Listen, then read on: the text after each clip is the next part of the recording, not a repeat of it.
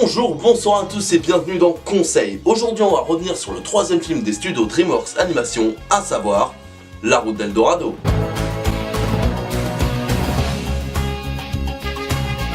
Sorti en 2000 par Eric Bégueron, Cocorico, ainsi que Will Finn, je sais pas faire le bicargue. La Route d'Eldorado raconte les aventures de Miguel et Julio. Julio et Miguel, les puissants et magnifiques dieux. deux amis et escrocs de bas étage. Suite à plusieurs événements aussi hasardeux que pratiques pour le scénario, les deux compères ainsi que le cheval Altivo se retrouvent sur une terre inconnue qui n'est autre que le début du chemin menant à Eldorado, la légendaire Cité d'Or. Enfant du soleil, tu parcours la terre, le ciel. Non, pas celle-là. N'écoutant que leur soif de richesse et d'aventure, ils parcourront le chemin jusqu'à la cité cachant bon nombre de trésors, ainsi qu'un peuple pouvant être aussi amical que dangereux. En ce qui concerne l'histoire en elle-même et sa construction, c'est assez classique dans le genre. Les héros sont présentés avec leurs qualités et leurs défauts, un événement va changer leur train-train quotidien et lors d'une aventure extraordinaire, ils apprendront évidemment à devenir meilleurs. Mais classique ne veut pas dire mauvais et clairement, la structure de la route d'Eldorado est maîtrisé. Il n'y a pas de longueur sans non plus rusher l'histoire, et on ne se fait pas chier un seul instant tant le rythme est maîtrisé. Il y aurait peut-être pu avoir un peu plus de développement, mais la trame sait se poser ou accélérer quand il le faut selon l'émotion voulue. Miguel, laisse tomber. Miguel, ça marche pas. Et clairement, ce qu'il voulait, c'est qu'on se marre. Le sérieux a une place très peu centrale dans l'histoire et c'est surtout le fun qui est privilégié. Alors il y a parfois quelques touches émotionnelles, mais rien d'extraordinairement touchant en mode Bambi style. Avec La Route d'Eldorado, on est là pour l'aventure, une trame simple et une ambiance à la cool. Les moments de tension et les sous-textes sont toujours présents, mais on verra ça plus tard. Pour l'instant, passons à un élément quasi central dans un dessin animé, les chansons. 1 et 2 et 3. Alors que Disney, qui reste quand même le studio de référence en la matière, nous a habitués à des thèmes parfois comiques, certes, mais généralement touchants. Ici, on reste sur quelque chose de plutôt joyeux dans l'ensemble. Sur les 5 chansons proposées, 3 sont assez délirantes à base de présentation de la légende de la cité pour la première, une ellipse pour passer le chemin qui mène à Eldorado avec la deuxième, et comment bien douiller les autochtones dans la troisième. La quatrième, sans être lancinante, sera un peu plus sérieuse pour mettre en avant les sentiments de Miguel pour la cité. Et la dernière se veut triste et sérieuse, ce qui marche un peu, mais en étant quand même très loin du niveau de la complainte de Jack ou de Je voudrais un bonhomme de neige. Et le tout sous couvert de musique mexicano-espagnole très bien foutue et se mariant parfaitement avec l'ambiance du film. Entraînante sans être mémorable, les musiques restent quand même sympathiques. Et avec Elton John, qui est plutôt cool, qui arrive à la fois à dissocier ce qu'il avait fait avec Disney et en même temps à rappeler certains thèmes qui ont un petit air en commun. Mais dans l'ensemble, c'est très bien. Visuellement, c'est un peu la même chose, très joyeux, coloré, parfois proche du psychédélique, avec néanmoins quelques moments plus sombres et noirs, histoire de coller avec l'ambiance mise en place. Et dans l'ensemble, c'est vraiment très bon, la 3D est vraiment pas mal du tout pour l'époque, et en règle générale, le film nous offre des décors à la fois superbes et bucoliques. La faune et la flore de la cité d'Eldorado est plutôt cool, et même si on aurait voulu en avoir encore plus, ça reste quand même très beau et dépaysant. Et à certains moments, ça devient même épique, avec une lumière plus sombre et une violence visuelle plutôt pas mal. Bon, je dis pas non plus que c'est berserk, mais le contraste avec le reste du film rend bien et renforce l'ambiance de ces moments-là. Cette ambiance générale très détente, chill, thé citron, non merci pas de sucre s'il te plaît, je suis au régime, et d'ailleurs à l'image des personnages principaux. Miguel et Julio sont à la base deux escrocs vivant à Séville. D'une grande complicité avec un art du mensonge et une habileté hors pair dans la fuite, nos deux héros, un peu losers, sont vraiment attachants. Par leur personnalité presque opposée, les répliques des personnages sont savoureuses, et ce, dès la scène d'exposition. Julio, regarde, la carte d'Eldorado.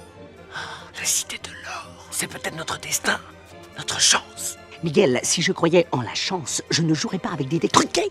Ce sont clairement les grands atouts du film en termes de personnages. Et bien que sur la fin ils perdent un peu de leur superbe, ils restent néanmoins très drôles et charismatiques. Superbe.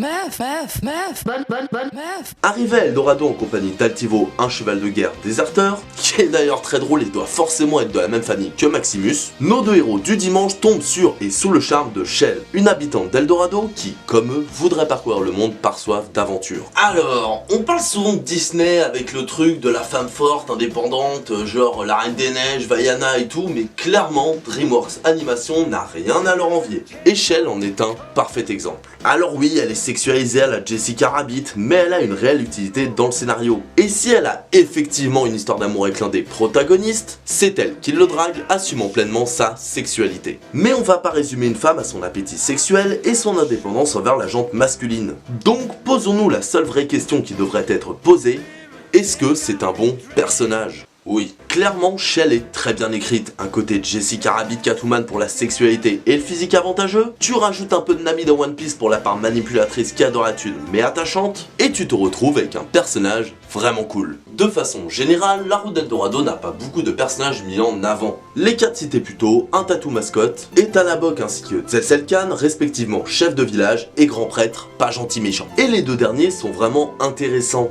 Alors même si Tselselkan a des côtés un peu trop « oulala je suis le méchant, t'as vu, je fais des trucs de méchant », la psychologie du personnage est bien construite et ramenant à notre réalité, voyant les Européens comme des divinités. Et quant au chef, ben lui...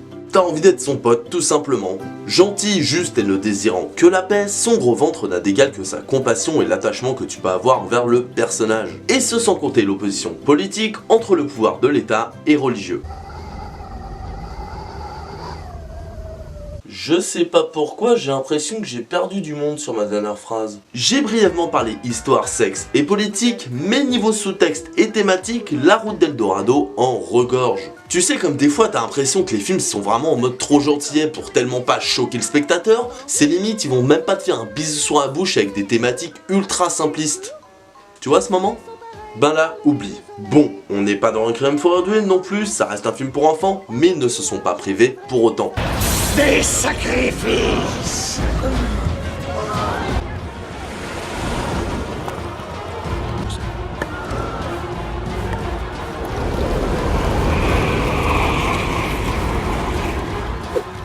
Quand le couple baise, on te le montre pas, mais tu comprends. Quand il y a des sacrifices humains, ils vont pas forcément jusqu'au bout, mais c'est clairement montré. Et entre faits historiques et réalisme politique, alors là ça y va. Alors certes, je les comprenais pas tous, mais quand je voyais Shell et Tullio affalés par terre, je me doutais bien qu'ils faisaient pas un twister. Et même si la lutte de pouvoir entre le spirituel et le gouvernement, renvoyant également à notre pays au Moyen-Âge, ne me sautait pas aux yeux quand j'étais petit, je voyais bien le principe et ça m'a pas traumatisé. Même si, faut avouer, comparé à d'autres films, le sous-texte n'est pas tant sous le texte que ça. Néanmoins, on reste quand même sur quelque chose de regardable par tous. Les plus jeunes verront l'idée générale et les adultes, eux, comprendront les enjeux tout en ajoutant leurs propres expériences sur le pays et la culture de chacun.